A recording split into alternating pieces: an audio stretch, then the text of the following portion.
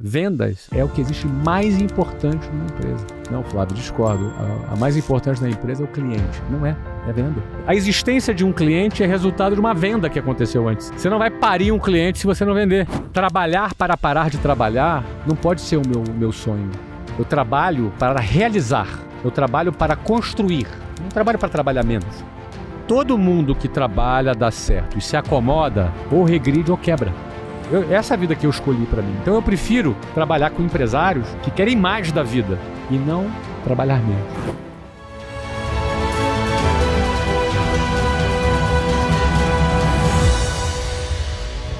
Fala pessoal, sejam muito bem-vindos a mais um episódio de O Mentor Podcast. Hoje uma presença extremamente ilustre, um cara que eu já acompanho há muitos anos, que eu me identifico demais. Eu sei que é um cara que eu walk the talk, um cara que é exemplo não só em negócios, mas na família.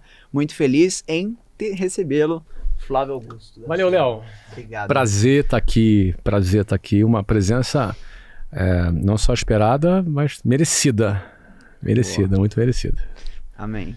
Flávio, começando um pouco dentro da sua jornada. Hoje eu ouvi uma palavra que fez muito sentido para mim, que dizia que a intolerância com o seu presente é o que libera o seu futuro. E eu sei que você sempre conta a história do ônibus lotado e tudo mais.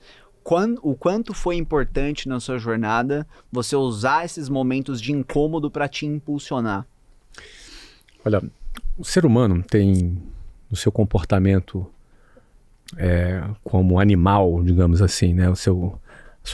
Uma abordagem mais antropológica do ser humano, ao longo da história, utilizou a sua capacidade de se adaptar para sobreviver. Sim. Então, ou seja, mudanças climáticas, tudo que aconteceu nos últimos milhares de anos, desde a época das cavernas, início da civilização, enfim, toda a jornada da humanidade nos últimos anos, daquilo que nós conhecemos, o ser humano, por conta da sua capacidade de se adaptar, conseguiu sobreviver e mudar o que era necessário, se adaptar ao que era necessário para poder sobreviver. E hoje somos 8 bilhões de habitantes no mundo. Mas se por um lado a capacidade de nos adaptarmos faz com que a gente consiga superar mudanças radicais, é só a gente imaginar se existisse uma guerra nuclear e a gente tivesse que ficar num bunker no subterrâneo pelos próximos 20 anos, como seria? Você pode ter certeza que a sociedade iria se organizar. Sim, de baixo. Ia se adaptar. Ia se adaptar. Não é? As novas gerações já nasceriam dentro desse contexto. E os que se adaptam mais rápido venceriam mais rápido. Os que demoram a se adaptar sofreriam mais. Mas, em suma, essa capacidade de se adaptar faria com que a gente sobrevivesse, mesmo numa situação extrema como essa. Então, se por um lado isso é positivo, se por um lado a raça humana ela conseguiu sobreviver por essas adaptações, por outro lado, são essas adaptações que fazem com que as pessoas tolerem o intolerável. São essas adaptações que fazem com que as pessoas acabem se acostumando, se adaptando com aquilo que elas deveriam rejeitar. Certo. Então, eu dou um exemplo bem simples, que uma pessoa que mora perto de um rio fedido, não é? Aquele que você chega perto, teu olho já arde, você nem aguenta. Mas aquela pessoa está ali todos os dias, todas as semanas, todos os meses. Ela começa a se adaptar com aquela situação. E para que ela sobreviva, ela se adapta a ponto daquilo não a incomodá-la, não incomodar mais. Certo. Por um lado, como eu disse, é bom, mas por outro, é uma situação que vai criar um senso de urgência muito menor para ela resolver aquele problema. Então, eu penso que uma das razões fundamentais para que alguém mude a sua vida ela rejeitar aquela etapa que ela tem, aquele momento que ela vive. Enquanto ela se adaptar ao que não deveria se adaptar, enquanto ela tolerar o que deveria ser intolerável, enquanto ela aceitar o que deveria ser inaceitável, ela ainda vai permanecer naquela condição sem uma mudança. Para você mudar de uma situação A para uma situação B, você precisa criar uma ruptura com a situação A. Não é na boa. Sim. Não é na boa. Não é levinho, não é levinho, não é fofinho. É uma guerra. Precisa ser um tapa na mesa, precisa ser um conjunto de decisões, muitas vezes radicais, que vão definir a mudança, a saída daquela situação, o rompimento daquela situação intransponível que a pessoa vive. E eu posso dar muitos exemplos. Eu dei o exemplo do Rio, mas tem o exemplo da mulher que sofre violência doméstica. Sim.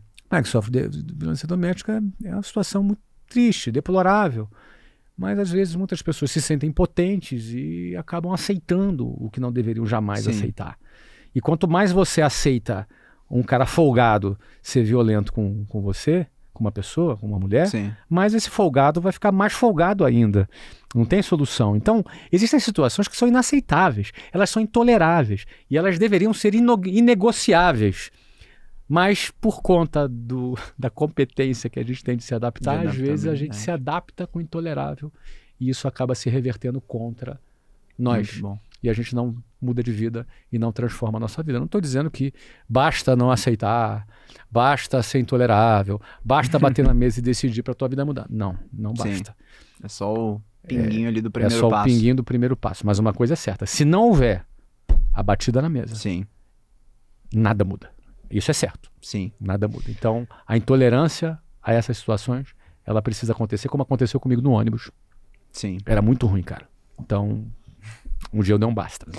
Uma grande curiosidade, Flávio, que eu vejo que acompanhando você agora mais de perto, uma das coisas que eu mais admiro é o seu fogo, o seu vigor por fazer acontecer, né? Essa ambição que continua viva mesmo não precisando mais, né?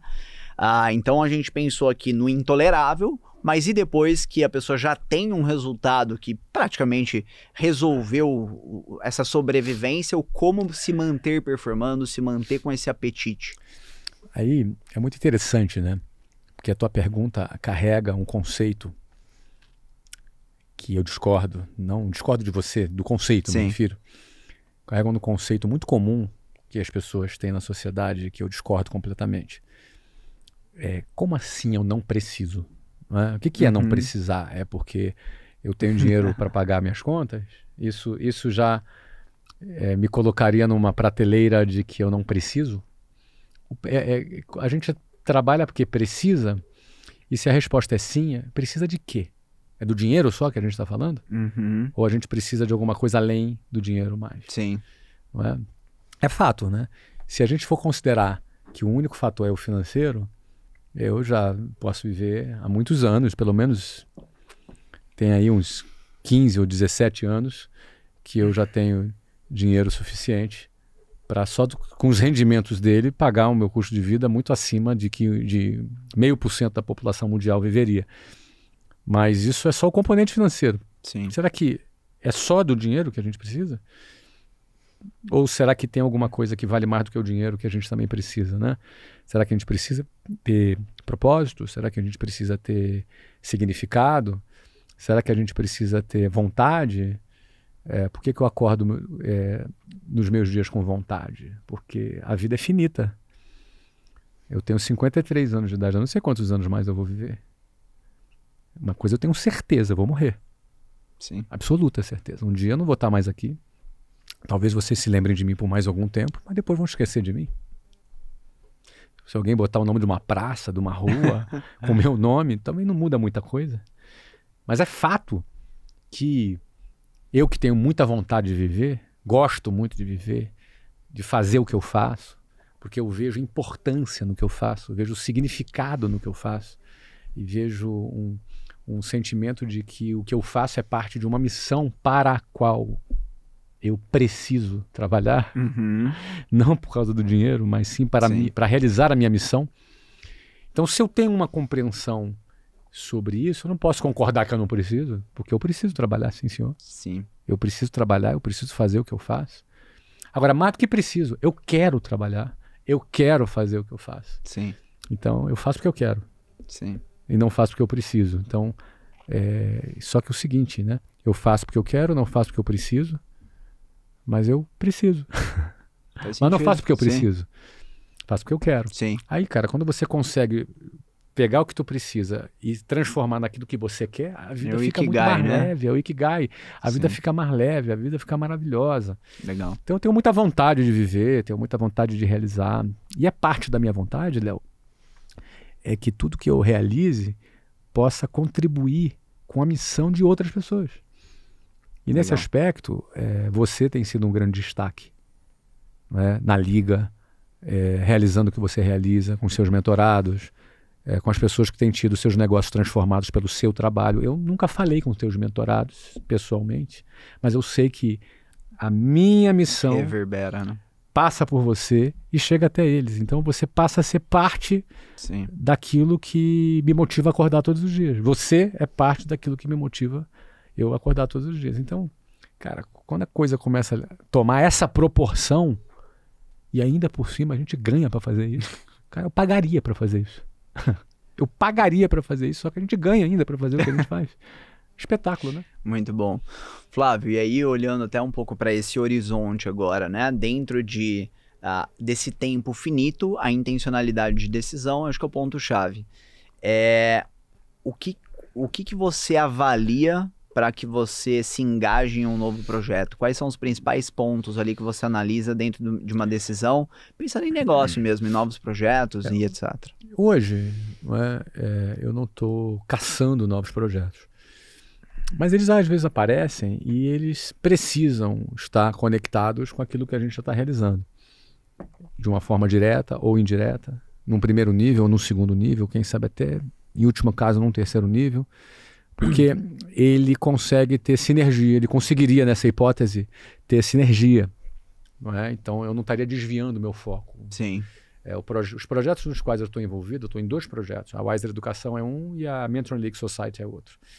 E cada um desses projetos tem várias empresas envolvidas, vários clientes, são milhares de pessoas aqui envolvidas nesses 2 ecossistemas. Então eu procuro fazer coisas que estejam conectadas com esses 2 ecossistemas, até porque eles têm muito espaço para crescer. Sim. Eles não têm limite para crescer. Não é? Eu tenho muito para crescer nesse projeto, você tem, cada proprietário de clube da Liga também tem. Tem mentorados que fazem parte de clubes como o seu, por exemplo, que desejam estar na Liga e Sim. que trabalham para que isso aconteça. Ou seja, é um ecossistema que vibra e cresce de forma orgânica. Sim. De dentro para fora. Sim. E além das pessoas que estão fora que querem entrar. Então, isso explica o fato de que em apenas 13 meses que a gente opera, nós já tenhamos 71 clubes, 4 mil clientes, caminhando para fechar o ano com 7 mil clientes, centenas de milhões de reais faturados até agora, fora o que vai acontecer até o final do ano. Então, eu acho que a gente criou algo que tem vida própria e que tem um altíssimo potencial de crescimento e que, ao mesmo tempo, dá para as pessoas a oportunidade de elas fazerem parte de algo maior. Legal. E esse algo maior vai se traduzir em equity muito recompensador. Ô Flávio, eu vou entrar nessa visão então. Agora, eu vejo que tem muitas pessoas, apesar do escopo do podcast ser muito vinculado à mentoria, muitas pessoas ainda não compreendem exatamente o que é mentoria. Então, se você puder trazer a sua visão sobre o que é mentoria e por que você escolheu esse mercado. Tá, olha só. Basicamente, pode existir mentorias, programas destinados a várias áreas, certo? Os nossos programas da Liga são voltados para negócios, para empresários. Sim. Sendo assim, um projeto da Mentoring League Society, ele é um projeto de educação empresarial. É um projeto de educação empresarial onde nós temos 3 pilares. O primeiro pilar, que é a educação empresarial propriamente dita, onde empresários ensinam outros empresários. Empresários mais experientes em determinadas áreas ensinam outros empresários. A universidade ela não consegue dar respostas para um empresário. Um empresário com uma necessidade preemente para resolver na sua empresa não tem como buscar uma pós-graduação e ficar 2 anos nessa pós-graduação para resolver. Não tem como, cara. Sim. Então a universidade não consegue dar respostas para o empresário. Sendo assim, a pessoa ideal para um empresário aprender é com outro empresário. Alguém que já passou por aquilo que ele passou. Alguém que já venceu naquilo que ele está tentando vencer.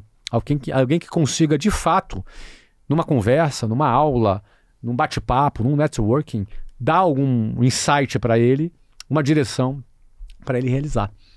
Então, esse é o primeiro ponto. Então, o nosso ecossistema está focado em educação empresarial. Empresários de porte, empresários grandes, empresários que já venceram, não pessoas que estão só produzindo conteúdo na internet e nunca realizaram nada. Eu acho que as pessoas têm direito a fazer o que quiserem, podem postar o que quiserem, podem falar do que nunca fizeram e está tudo certo, todo mundo tem direito de fazer isso. Não é o caso das pessoas com quem trabalhamos na Liga. Sim. São pessoas muito experientes que venceram e podem ensinar. Então, empresários ensinam outro empresário. Esse é o primeiro componente empresarial. O segundo componente é o componente networking. Porque quando você faz parte de um grupo de 4.000 empresários, a Liga hoje tem mais de 4.000 empresários conectados com ela. Quantos negócios tem aqui? Infinitos. Talvez tenhamos mais de 1 milhão de funcionários envolvidos nessas empresas. Nós temos bilhões de reais em negócios potencialmente que podem ser realizados por qualquer membro do grupo. Sim. Então, é um grupo de networking muito forte e onde todo mundo quer a mesma coisa, quer fazer negócio. E o terceiro ponto, não menos importante, o empresário em geral é muito solitário. Por muitas razões. Primeiro que a liderança, o poder no topo de uma pirâmide, para você liderar uma empresa, você está mais sozinho do que na base da pirâmide, quando você tem vários colegas ali para trocar. Quanto mais você está performando, mais sozinho, né? Mais sozinho. Sem contar com o fato de que quando você, geralmente um empresário, ele é aquele empresário que deu certo, é aquele cara que mais se destacou entre os amigos dele. Geralmente é o cara mais rico da família, é o cara mais rico dos amigos, é o cara que mais deu certo, é o cara que anda com o carro mais bonito, é o cara que foi objeto de desconfiança de muitos. Como é que pode esse cara ter crescido assim? Como é que ele está ganhando esse dinheiro? Não é? Enfim, né? É traficante, não é? Se é mulher, enfim, o que ela está fazendo? É do job? Enfim, aí fica aquela desconfiança toda. Se dá certo, é assim, né? Então o empresário está acostumado com crítica, com deboche, com chacota, e depois que dá certo, a desconfiança. Mas depois que a coisa firma, todo mundo dá tapinha nas costas e fala, eu sempre acreditei em você. Sim. Isso é empresário.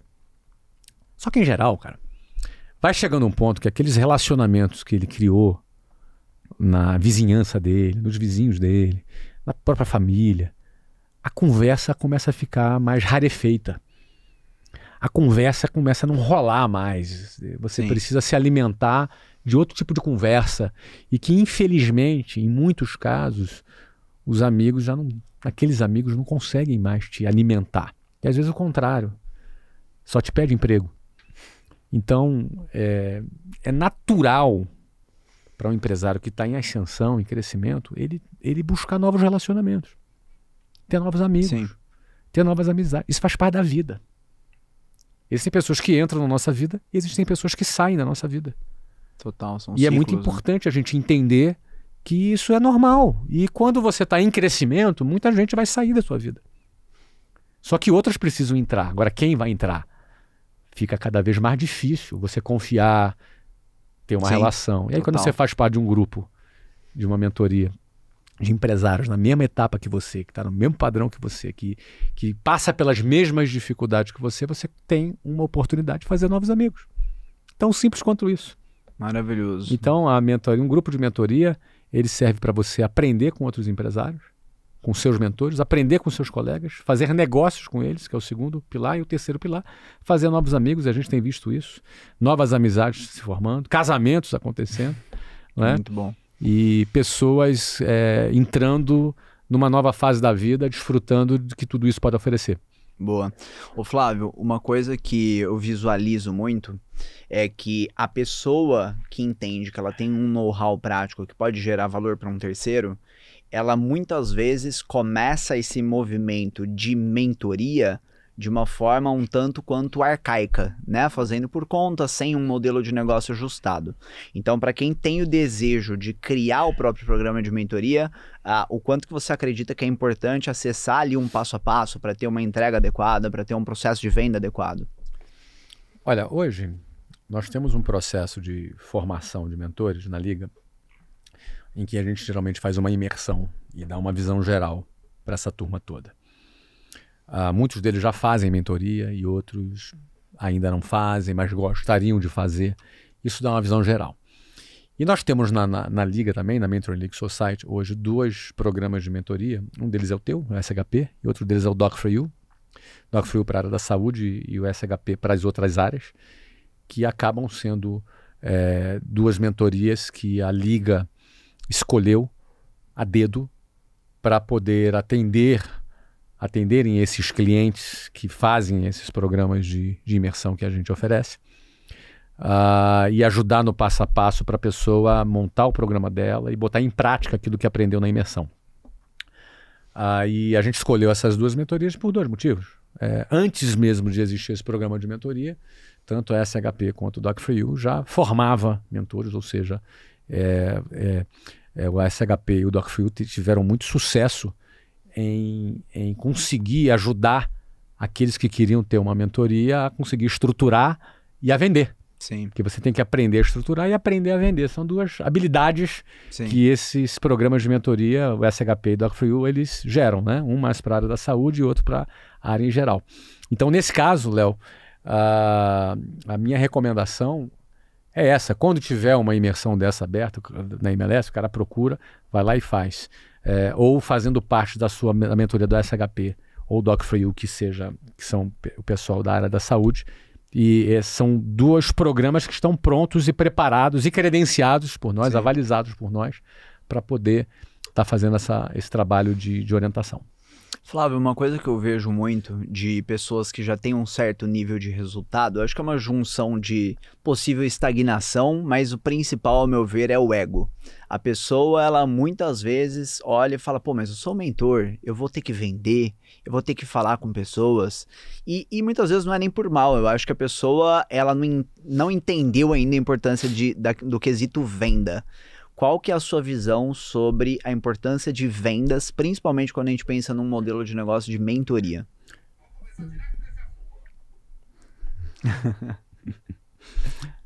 Vamos lá. Vendas é o que existe de mais importante em qualquer negócio. Vendas é o que existe de mais importante no McDonald's, na Apple, no Google, na Mentoring League Society, na SHP, em qualquer coisa. Quem não entendeu a importância de venda, minha recomendação é que não empreenda. Essa é a minha recomendação. Não empreenda. Se a pessoa não entendeu a importância de vender, se ela acha que vender é uma coisa de baixa categoria, se ela acha que vender não é para quem é o dono do negócio, minha recomendação é não abra um negócio, não faça um negócio. Porque a chance dessa pessoa não crescer é muito grande. Ou a chance dessa pessoa quebrar é enorme, dela ter prejuízo, dela se endividar é muito grande. Empreender é vender. Empreender é você vender para prospectar novos clientes, atender esses clientes, resolver o problema desses clientes e gerar valor para essas pessoas. Isso é empreender. Eu quero empreender, mas não quero vender. Então você não quer empreender. Você quer um emprego. Minha sugestão é arruma um emprego público. Você não precisa nem se preocupar em vender nada. Você vai ter teu salário todo quinto dia útil, com aquilo que eles chamam de estabilidade. Então, vendas é o que existe mais importante numa empresa. Não, Flávio, discordo. A mais importante na empresa é o cliente. Não é. É venda. Porque se você não vende, não existe cliente. Sim. Se você não vende... A roda não gira, né? Não existe cliente. A existência de um cliente é resultado de uma venda que aconteceu antes. Então, a venda, ela dá a luz do cliente. Você não vai parir um cliente se você não vender. Então, quem não quer vender, não vai ter cliente. Simples desse jeito. Como que você traz as outras áreas da empresa junto nessa cultura de venda? Qual que é a sua visão para que isso ande em sincronia? Bom, primeiro, toda a empresa, todas as outras áreas precisam entender que todos trabalham para que a venda aconteça. A venda é o centro. A venda é o centro de tudo. Tá. O palco principal de uma empresa é vendas. Então, todas as áreas da empresa, elas trabalham para facilitar as vendas, para ajudar as vendas, para que as vendas aconteçam, para que a entrega que foi prometida nas vendas seja feita. Ou seja, até o time de CX ali, de atendimento ao cliente, eles estão concretizando a promessa da venda. Então, no fundo, o time de CX está terminando o ciclo de venda. Sim. Então, a venda é o centro de tudo. E toda venda tem que ser comemorada, toda venda tem que ser vitória para todo membro do time, da equipe. Boa. E é importante colocar a venda nesse lugar, nesse devido lugar.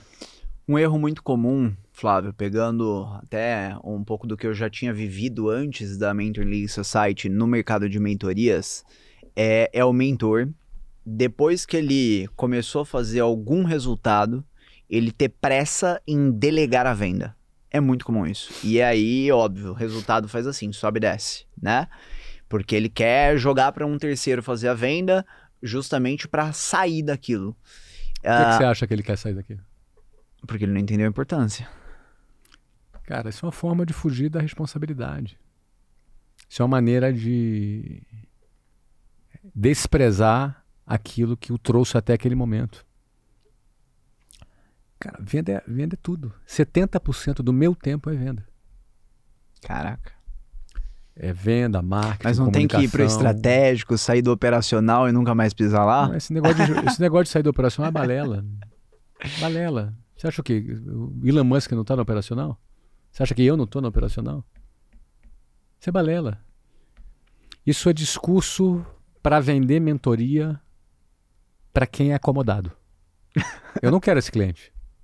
Eu não quero cliente acomodado, entendeu? Eu prefiro não ter esse cliente. Sim.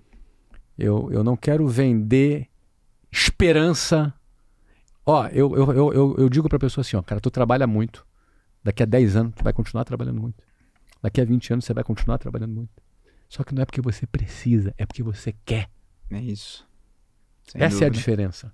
Trabalhar para parar de trabalhar não pode ser o meu sonho. Eu trabalho para realizar. Eu trabalho para construir. Eu não trabalho para trabalhar menos. Sim. Então, é tipo aquele cara que faz o trabalho dele, mas se ele ganhasse na loteria, ele abandonava. Não faria mais nada. Não faria mais nada. Ou seja, ele odeia tanto o que ele faz que ele só faz porque precisa do dinheiro. Sim. Cara, esse cara, coitado desse cara, meu. É isso. Coitado desse cara. Eu não quero essa vida pra mim. Eu quero trabalhar porque eu preciso do significado do trabalho e não porque eu preciso do dinheiro, cara. E aqui fala pra quem andava de ônibus e precisava muito do dinheiro e pra quem não precisa. E pra quem hoje já não precisa mais. Sim. Ou seja, essa perspectiva, ela precisa ser exterminada da cabeça de um empresário que quer crescer, porque senão ele não vai crescer. Todo mundo que trabalha dá certo e se acomoda, ou regride ou quebra. Se não tá subindo, tá descendo, Se né? o avião ou tá voando, subindo, se desligar as turbinas, ele vai planar até cair. Então, não adianta se iludir. Ah, cara, vou trabalhar muito para depois fazer meu pé de meia. Cara, que vida chata. É. Cara, já pensou que se eu não tivesse nada para fazer todos os dias? Vida chata. Adoro trabalhar, produzir, viajar, curtir minha família. Eu tô muito com a minha família. Eu almoço, janto com a minha família quase todos os dias. Viajo, trabalho, sei lá. Essa é a vida que eu escolhi para mim. Então eu prefiro trabalhar com empresários que querem mais da vida e não trabalhar menos. Eu falo que quando você entende o público certo em mentoria, você começa a lidar com multiplicadores. É exatamente o que você falou, né? Se nós temos 4.000 clientes dentro da liga, isso não representa 4.000 pessoas. Isso representa centenas de milhares de pessoas e famílias, né? Porque são pessoas que estão multiplicando, que estão buscando levar algo adiante, enfim. Quando você olha, Flávio, para a questão venda de alto ticket, então, falando de uma venda agora de um programa de 100, 200, 300 mil reais, o que que você consegue trazer de direcionamento, de fundamento, de visão para as pessoas que trabalham ou desejam trabalhar nesse mercado? Primeiro é importante entender que a maior recompensa de um empresário é a margem. Essa é a maior recompensa de um trabalho que o empresário faz é a margem. A pior coisa que deve existir, eu não sei porque eu nunca tive nesse lugar, é trabalhar para ganhar margem de 10%, 8%, 11%. Eu nunca trabalhei para ganhar esse tipo de margem. Mas muita gente tem margem de 10%, 11% e acha que é normal e tal. Eu preferiria nem fazer esse trabalho. Eu não trabalho com margens desse tamanho. Eu trabalho com margens de 50%, 70%. Essas são as margens que eu gosto de trabalhar. E as minhas empresas têm essas margens, né?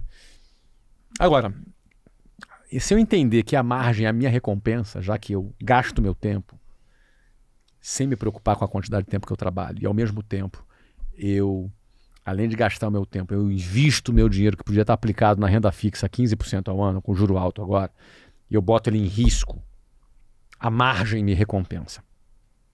Só que eu só vou ter margem se eu souber precificar. E a precificação é uma das maiores dificuldades do empresário, como precificar. Então, a coisa mais típica que existe é o empresário precificar o seu produto olhando para a concorrência. Sim, sem dúvida. Coisa mais comum. Eu não olho para a concorrência na hora de precificar. Eu olho para outra coisa. Eu olho para o ROI que eu dou para o meu cliente. Então, ROI é Return on Investment, retorno sobre investimento. Isso é ROI. Como é que precifica olhando para o ROI? Se alguém compra uma mentoria de 180 mil reais, agora eu estava falando com um cliente agora, ou 200 mil reais, ou 400 mil reais, isso é caro? Depende do ROI. Depende do ROI. O caro não é um valor de face. O caro é resultante da ausência de ROI. Então, caro é o que não dá ROI.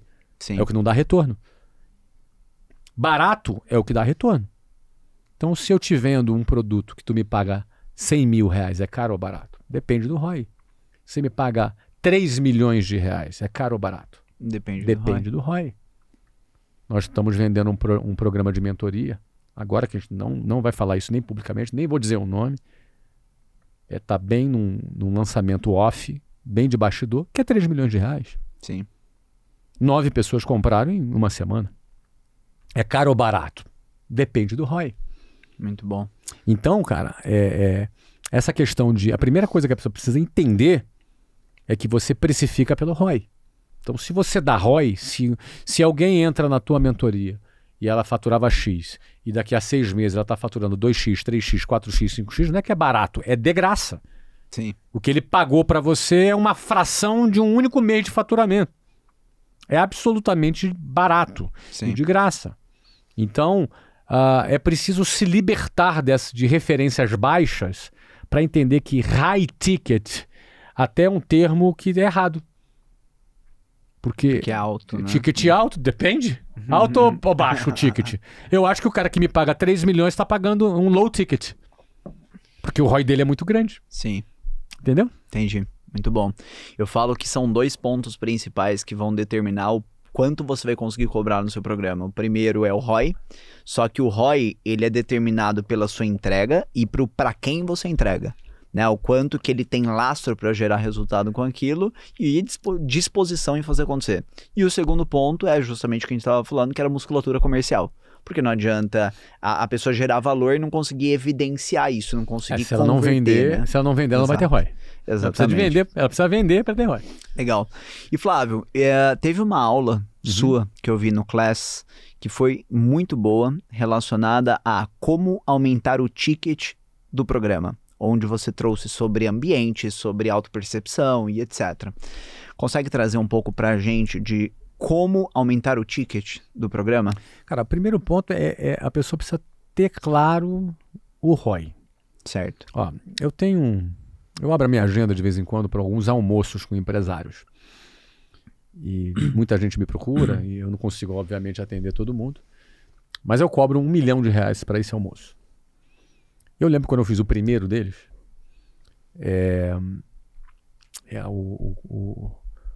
o cliente foi até Orlando falar comigo e eu fui de bicicleta para o restaurante para conversar com ele. Era o primeiro. E aí eu confesso a você que eu pensei assim, cara, pô, o cara me fez um Pix de R$1 milhão. E eu falei, pô, fiquei um pouco preocupado, sabe? Pô, será que eu tô tomando dinheiro dele, cara? Será que eu não quero tomar dinheiro de ninguém, né? Era a primeira vez, né? E deixa eu fazer o seguinte, eu vou chegar no almoço, a primeira coisa que eu vou falar com ele é que se em qualquer momento do almoço, no início, no meio ou no final, se ele achar que não deu ROI, se ele achar que, cara, não valeu a pena, cara, eu faço na hora o Pix pra ele. Eu fiquei relax. Não, beleza, eu vou falar isso pro cara, tô relax. Falei pra ele, né? Não, de forma alguma, vai ser bom. Falei, cara, pode não ser, então tô só te dando a liberdade. Você falar pra mim, ó, não compensa isso aqui, não faz sentido, eu te devolvo. Esse é o primeiro que eu tô fazendo. Você é minha cobaia aqui, entendeu? E aí conversei 2 horas com ele e efetivamente eu gerei R$9 milhões de economia fiscal no primeiro ano, que se repetiria todos os anos, isso sem nenhum incremento de receita, somente espelhando a mesma receita dele. Se ele tiver incremento de receita, teria um incremento também, uma mudança de formato fiscal que eu sugeri para ele. E também algumas implementações de novos canais de vendas que eram muito simples ali, com os leads que ele já tinha, que eu orientei que gerariam uns 4 a 5 milhões por ano. Então, ou seja, se você somar 9 mais 4 para botar por baixo, dá 13 milhões no primeiro ano e mais 13 milhões todos os anos. Eu te pergunto, cara, eu gerei 9 milhões de economia e mais 4 milhões de nova receita, que dá 13 milhões, e ele só me pagou 1 milhão, tá caro ou tá barato? Barato. Eu perguntei para ele, cara, você quer o teu dinheiro? Eu faço o Pix agora. De jeito nenhum. Até brinquei para ele, mas pode depositar mais se você quiser também. Não é? Mas o que aconteceu? Cara, eu saí de lá, bom, aliviado, tranquilo, foi o primeiro que eu fiz. Enfim, né? A gente quer fazer... Eu não quero tomar dinheiro de ninguém, mas, meu amigo, eu quero... Se dá ROI, vale. Sim. Dá ROI, vale. Deu retorno, vale. O cara foi lá, viajou 8 horas e meia para conversar 2 horas comigo, depois voltou com mais 8 horas e meia de viagem e em 2 horas gerou 14 milhões. 9 milhões fato de economia e 4 bilhões de potencial aumento de receita se ele implantar uma coisa super simples. Legal. E aí, às vezes, essas coisas são muito óbvias para nós, que já estamos... Eu vou fazer 30 anos, Léo. Dia 3 de abril, eu completo 30 anos que eu sou empresário. Então, são 30 anos crescendo, abrindo, expandindo, fazendo, enfim, né? E continuo fazendo até hoje. Sim. Então, algumas coisas que podem parecer complicadas para alguns empresários que estão iniciando, para mim já é muito simples. E esse é o sentido da educação empresarial e esse é o valor da mentoria, que é medida por ROI. Ponto. Sim. Ou seja, não deu ROI, cara, no ano seguinte os clientes vão tudo embora, você fica sozinho lá. Sim. Deu ROI, os caras não te largam. É assim que funciona. Legal. E como que foi para você, Flávio, agora até voltando um pouco no seu início, né? Como foi tão jovem conseguir construir autoridade.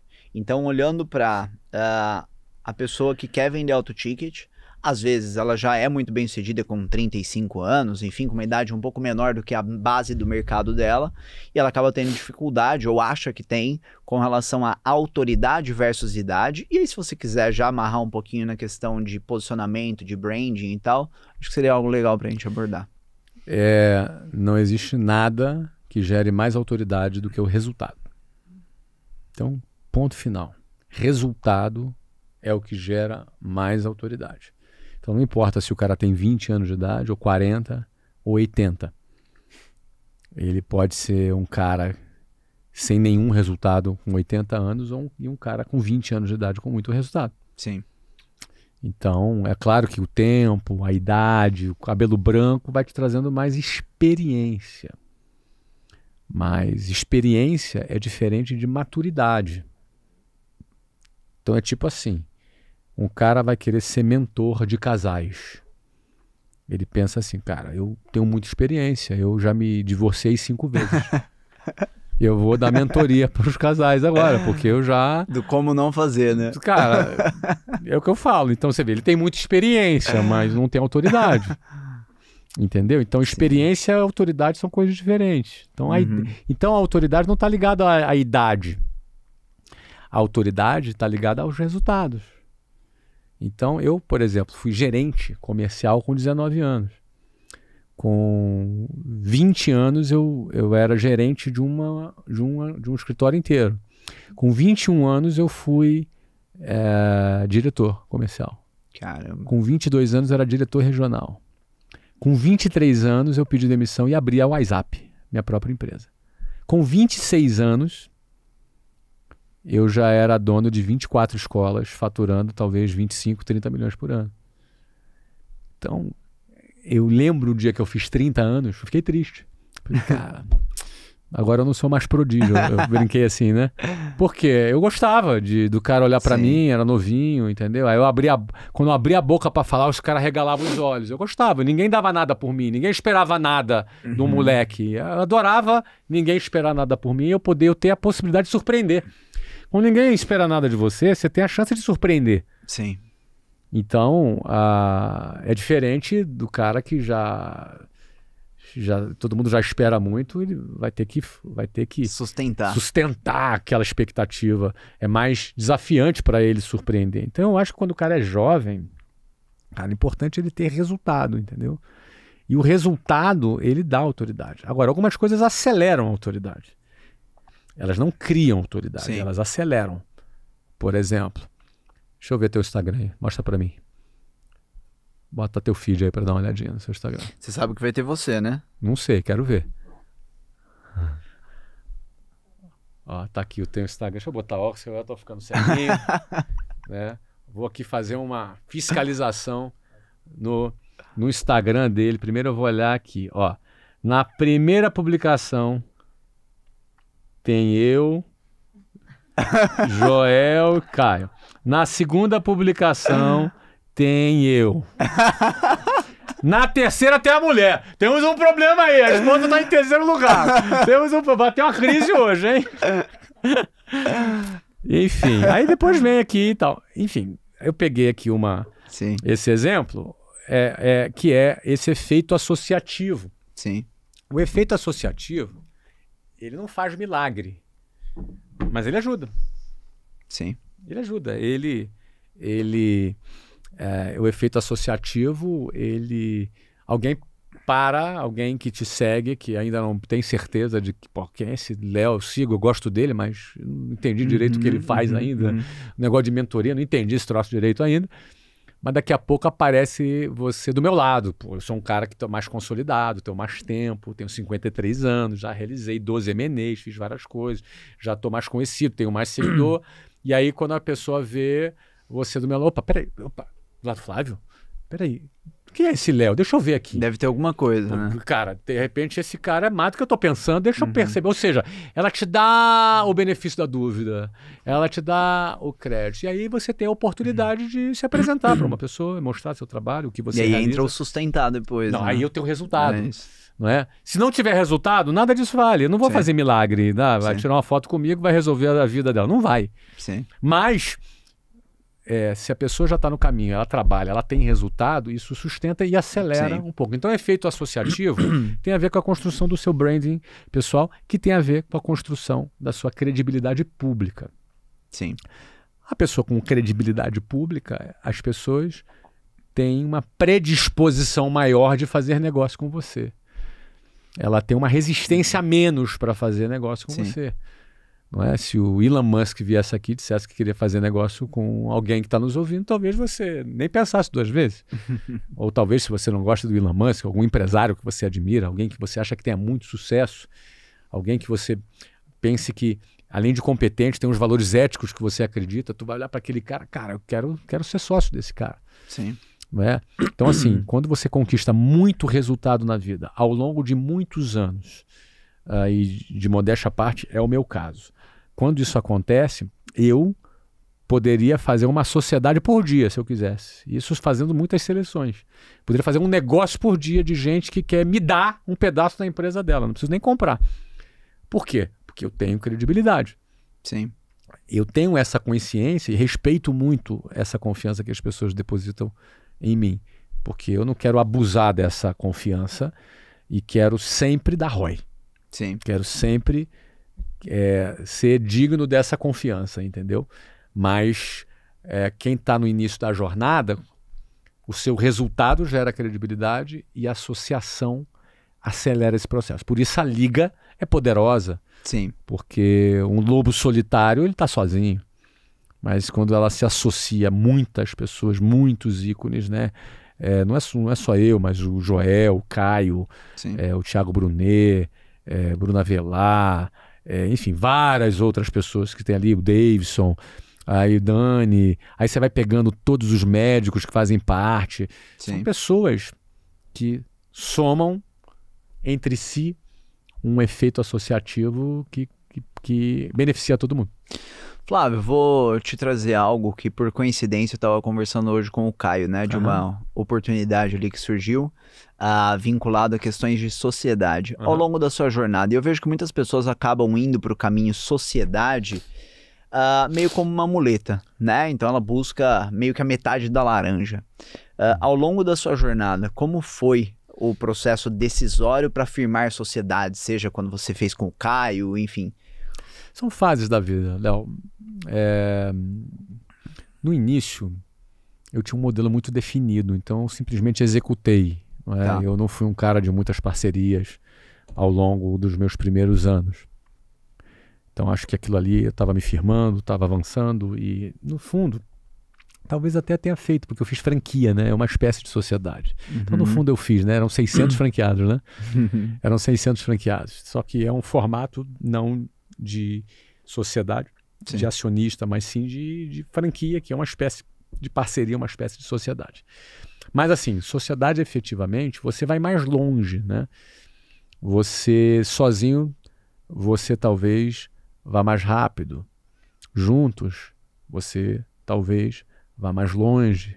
Mas eu ouvi o Joel falando algo nessa nossa última reunião da MLS que eu achei muito interessante, que na verdade, junto tu vai mais rápido também. Junto, além de mais rápido, você vai mais longe. Porque você troca, né? Sim. Você avança. Agora, é como um casamento, né? Tem que saber escolher muito bem. Tem que ter pessoas, em primeiro lugar, que tenham valores alinhados com você.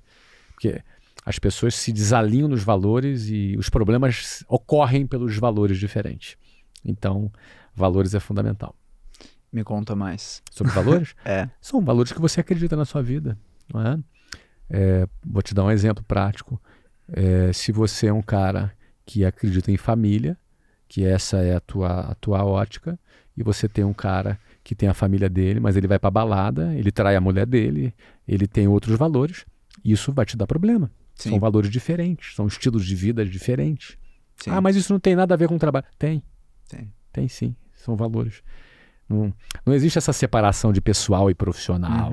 Isso é conversa, entendeu? Tudo é uma coisa só. Sim. Então eu quero estar cercado de pessoas que têm os mesmos valores que eu, que acreditam nas mesmas coisas que eu. Senão eu prefiro estar distante, porque senão uma hora vai dar problema. Então, são valores diferentes, são estilos de vida diferentes. Sim. Visões de mundo diferentes. Legal. Então isso vai se manifestar em problema na relação ao longo do período. Ao longo da sua jornada, Flávio, eu vejo o quanto que você buscou, mesmo em meio a tanto turbilhão, né? Sempre ter a Luciana por perto, e hoje, acompanhando você mais de perto, eu vejo o quanto que os seus filhos também são muito conectados com você, e eu admiro muito isso. Como? Né? O como ao longo da sua jornada, o que você acredita que foi determinante para que você tenha conseguido conciliar tudo, né? É porque para mim não tem separação. A minha família é minha equipe. É a minha primeira equipe de trabalho. É uma equipe, entendeu? Não tem separação pessoal e profissional, né? Primeiro assim, efetivamente Luciana foi minha sócia. Eu abri a WhatsApp com 20 mil reais do cheque especial, só que 10 mil era meu e 10 mil era dela. Então ela era efetivamente sócia, não apenas no papel e não apenas por comunhão de bens, mas também sócia na prática. Na reta ali, nós botamos nossa pele em risco ali, nós dois, entendeu? Sim. Então, a Luciana era efetivamente sócia. E além de sócia, ela era executiva. Eu cuidava eu era o diretor-geral e cuidava da parte de vendas, e ela era diretora financeira administrativa e cuidava da parte de arquitetura e também da parte jurídica. E a parte de arquitetura era bem forte porque a gente inaugurava uma nova escola a cada 45 dias. Caraca. E eram escolas próprias. Ela não só fazia a gestão financeira, como também fazia a gestão das obras. E tinha prazo de entrega, porque tinha inaugurações, tinha aluno matriculado, tinha contratos em jogo. Então, ela era uma executiva que era parte do meu time. Eu tinha 4 diretores no meu time, ela era um dos diretores e ela me prestava conta. Eu era o diretor-geral. Eu era reconhecidamente o líder geral. Sim. Então, na nossa relação, eu era chefe da Luciana. Entendeu? Sim. Só que eu era casado com ela. E a gente sempre trafegou muito bem nisso, porque para nós era sempre a mesma coisa. A nossa vida é uma só. Então, as metas eram uma só.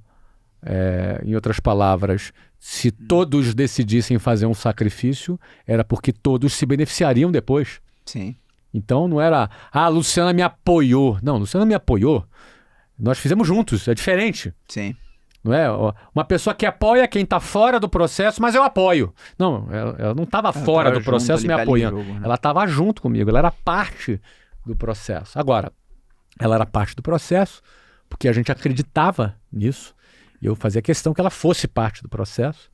E dentro do processo, ela, uma vez que ela dissesse que queria estar dentro do processo, e ela sempre quis, ela era uma profissional do processo que me prestava conta. Sim. Porque eu era o mais experiente, eu era o cara reconhecidamente líder do processo. Então, poderia ser o contrário, ela poderia ser a líder porque ela era mais experiente, tivesse mais resultado, aí seria o contrário, mas não era o caso. Eu era o líder do processo. Então, assim, para nós é a mesma coisa. É como os meus filhos, por exemplo, você viu que estão muito envolvidos, mesmo quando eles não estavam em idade ainda para trabalhar. O Bernardo, que é o do meio, por exemplo, ele faz aniversário dia 4 de janeiro. Quase todo 4 de janeiro eu não estava no aniversário dele, porque era dia da conferência da WhatsApp, que é na primeira sexta-feira do ano, geralmente era entre 3 e 5 de janeiro. Eu nunca estava no aniversário dele e ele sempre soube que não estava e tá tudo certo. Tá tudo bem. Ele é parte do processo. Ele também tem benefícios do sucesso da WhatsApp. Ele também paga o preço de certa forma. Ele paga o preço e ele tem os benefícios também. Sim. Então todo mundo precisa ter essa consciência. Legal. Que é isso que você usou a palavra certinha, que é conciliar. Todo mundo é parte do preço e parte da vitória. Sim. Então isso torna tanto família quanto trabalho uma única coisa. Legal. Flávio, voltando até um pouco ali para o horizonte de mentoria e agora pensando no conciliar, porque hoje dentro do SHP, por exemplo, eu diria para você que 90% das pessoas tem um outro projeto rodando em paralelo, né? Seja uma empresa de serviço, enfim, cada um dentro do seu nicho, né? E eu vejo que a conciliação acaba sendo um desafio. Nem tanto pela falta de horas, mas pela dificuldade de como tomar decisões de fato. E eu vejo, por exemplo, uma vez eu vi uma caixinha de pergunta sua falando que você não... É uma coisa que eu bato muito na tecla também, né? Que você não vai no mercado, sei lá, faz 15 anos, alguma coisa nesse sentido. Faz mais. Dentro disso, o que você consegue contribuir para que essas pessoas consigam? Ela quer fazer o negócio de mentoria dela acontecer, mas ela está com dificuldade em conciliação, muitas vezes por falta de uma visão mais estratégica do valor da hora dela e etc. Acho que tem muitos fatores, Léo. Eu poderia começar dizendo que... Vou pegar aqui, nós temos 2 mentorias hoje na Liga que já vão faturar esse ano 100 milhões. Sim. E deixam de lucro 70% de 100 milhões. Acima de 70 milhões de lucro operacional. Sim. Eu acho muito pouco provável que essas pessoas tenham percebido isso. Porque entender o valor das coisas é importante. E a gente faz escolhas, né? Sim. Eu, por exemplo, quero fazer coisas que eu tenho mais resultado possível, com mais margem possível. Um negócio de 70% de margem é um absurdo. Você precisa aprender a pilotar essa Ferrari. Entendeu? E acho que faz parte de aprender a pilotar a Ferrari, perceber o potencial do motor dessa Ferrari. Então eu acho que uma hora a pessoa percebe. E aí o líder tem que ajudá-la a perceber isso cada vez mais rapidamente. Sim. Acho que esse aí é um ponto, que aí ela vai ter a segurança de fazer a troca. Legal. Tá? Agora, é muito legal quando a pessoa consegue achar sinergia entre o negócio principal dela e uma mentoria. Porque ela começa a perceber que às vezes a mentoria é um lugar de captação de clientes para o negócio principal dela e vice-versa. Sim. Aí, cara, quando ele entendeu esse jogo, é um jogo mais complexo, mas quando ele entendeu, aí tudo faz sentido para ela. E no final, tudo vai se resumir também na evolução que essa pessoa vai ter na sua jornada. Ela precisa evoluir como homem ou como mulher. Ela precisa evoluir como ser humano, capaz de realizar mais coisas. Capaz de sonhar e lutar para aquilo que ela está sonhando até realizar. A palavra até é muito importante porque ele pode lutar e depois desistir. E depois mudar o foco. Querer inventar uma coisa nova. Aliás, as pessoas adoram inventar. Sim. Não precisa inventar. É só repetir várias vezes a mesma coisa de forma bem feita que você vai ficar multimilionário. Sim. Principalmente num trabalho como mentoria. Muito bom. Um trabalho de educação empresarial, você tem condições de ter altas margens, né? Eu vejo que muitas vezes vem de uma falsa expectativa de que existe alguma bala de prata. Não, mas no fim é o desenvolver mais capacidade. Né? Poucas coisas feitas de maneira repetidas, bem feitas, de maneira consistente. Legal. Não tem bala de prata. E olhando para um horizonte futuro, Flávio, muitas pessoas se perguntam, né? Pô, até onde vai a educação empresarial? Qual que é a sua visão futura para o mercado de educação empresarial? É um mercado que não existe, Léo. A gente está começando ele. O mercado está virgem. Se a gente ficar trabalhando 300 anos aqui, a gente não vai conseguir ocupar 10% desse mercado. Sim. É um mercado enorme. São milhões de empresas no Brasil. São milhões de empresas. Não é? Vê aí para mim no GPT aí. Quantas empresas tem no Brasil? Só de pequena, micro, pequenas e médias empresas. Nem vamos pegar as grandes, tá? Micro, pequenas e médias. Vamos ver quantas empresas tem no Brasil. Caraca, deu quanto? 22 milhões. São 22 milhões de empresas.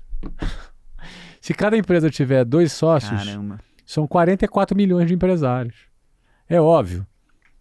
Se você fizer um corte aí, quantas faturam acima de 2 milhões? Pergunta aí, GPT.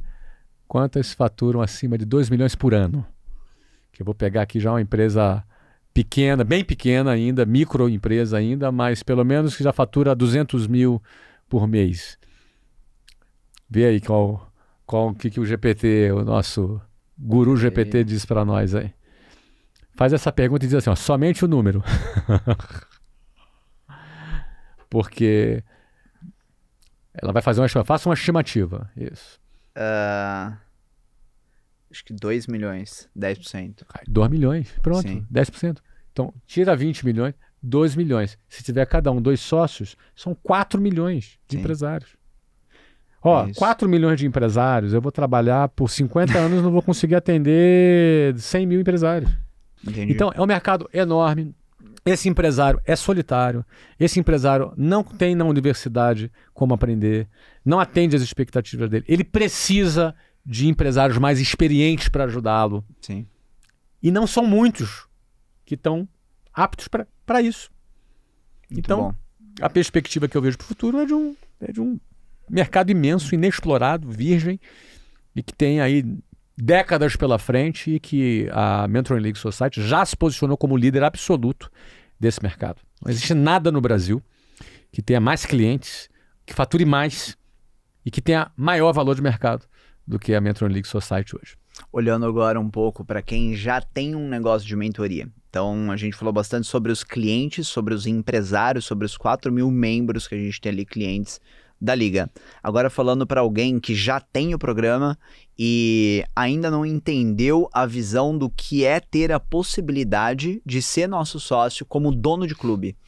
Quais são os benefícios que um dono de clube tem olhando para Mentoring League Society, Flávio? Então, primeiro, dentro da Liga, o ticket dele vai ser bem maior. Ou seja, o que ele paga de royalties para a Liga é muito menor do que o incremento de ticket que ele vai ter. Acho que o que eu vi que menos aumentou 50%. Aumentou 50%. Então, assim, nós temos programas de 3 milhões, de 400 mil, de 200 mil, não é? Ou seja, aí o cara pensa, não, mas deve ser gente com muito seguidor. Não. É que o efeito associativo de imagem, de autoridade, é outro papo. Então, ou seja, estando na Liga, ele vai ter um ticket bem maior. Estando na Liga, ele vai ter mais autoridade, porque tem efeitos associativos de imagem. Estando na Liga, os clientes dele têm acesso a todos os outros clubes. Estando na Liga, os clientes dele têm acesso a entregas que a Liga faz sem nenhum custo para os clientes dele. Aumento absurdo. Ou seja, de LTV, por isso, aumento de LTV, aumento de retenção de clientes, aumento de ticket, aumento de margem, aumento de lucro. Agora, o nosso maior desafio não é ele enxergar isso e querer entrar na Liga. Nosso maior desafio é que hoje nós temos uma fila de espera de 300 pessoas querendo entrar na Liga. Então a gente está ingressando aí uma média de 3 a 4 novos clubes por mês. Ou seja... Daqui a uns 100 meses a gente termina. Não termina porque tem novos tem vaga entrando, tem pessoas fazendo cursos de formação de mentores. Mas enfim, eu acho que já é um bom passo a pessoa aplicar, ela entrar no Instagram da Liga, ali tem um formulário, ela entrar, dizer que quer, e aí isso a gente entra no nosso radar, em algum momento a gente vai poder atender e conversar com essa pessoa. Muito bom, Flávio. Bom, encaminhando aqui para o final, quero mais uma vez agradecer, né, pelo seu tempo, pela sua jornada, pelas suas iniciativas.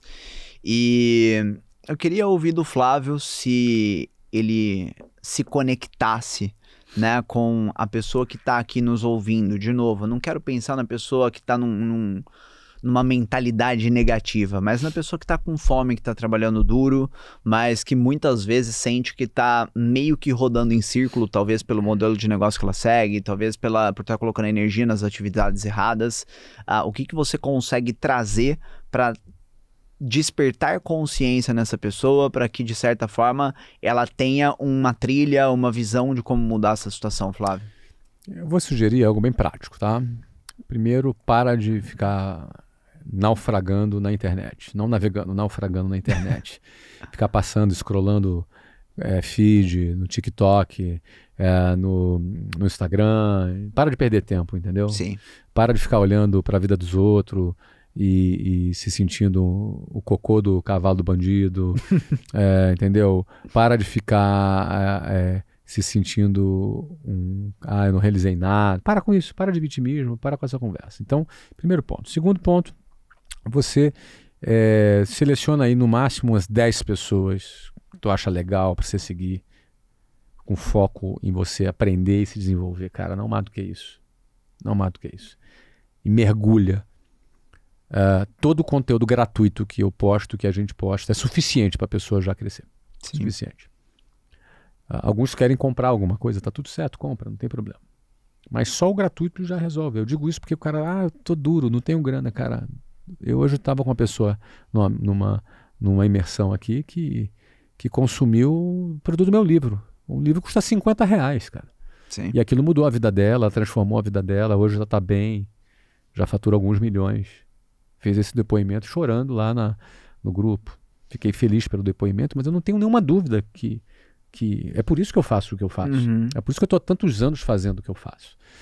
Então, conteúdo gratuito já é suficiente. Mas eu quero me aprofundar. Então vem. Quero me conectar. Então vem. Você tem produto de R$50, que é um livro, até uma palestra de 500, até o curso de 3 mil, imersão de 8, de 15, de 30 mil, mentoria de 60 a 3 milhões de reais. Você tem aqui uma esteira gigante de produto para todos os gostos, para a pessoa que... para a fase de vida que a pessoa esteja, mas o mais importante é você eleger as suas referências. Eleja ali no máximo umas 10 pessoas ali, se aprofunda, para de ficar naufragando na internet, se aprofunda, se conecta e faz uma limpeza na mente para não ficar vitimista e forte, seja valente. E vá pra cima. Uma hora a tua hora chega. A minha chegou. A do Léo já chegou. E de muitos outros estão chegando. E você não é diferente não, tá? Eu acredito em você. É por isso que eu tô aqui. Por isso que eu faço o que eu faço. Porque eu tenho certeza que do outro lado tem um maluco ou uma maluca que vai ouvir o que eu falar, vai colocar em prática e vai ter a vida transformada. É fazer disso um ponto de inflexão, né? É isso aí, Léo. Muito bom. Flávio. Valeu, meu querido. Gratidão. Parabéns, mais uma vez. Prazer estar contigo aqui. Obrigado. Maravilha, valeu. Pessoal, espero que tenham gostado, não tenho dúvida de que gostaram. Então, certifiquem-se de estarem inscritos no canal, tem muitos episódios disruptivos para você poder acompanhar. E lembre-se, compartilhe com quem você conhece que deseja estruturar um programa de mentoria ou que já tem um programa de mentoria. Não tenho dúvida de que os conteúdos serão de grande valor. Até o próximo episódio.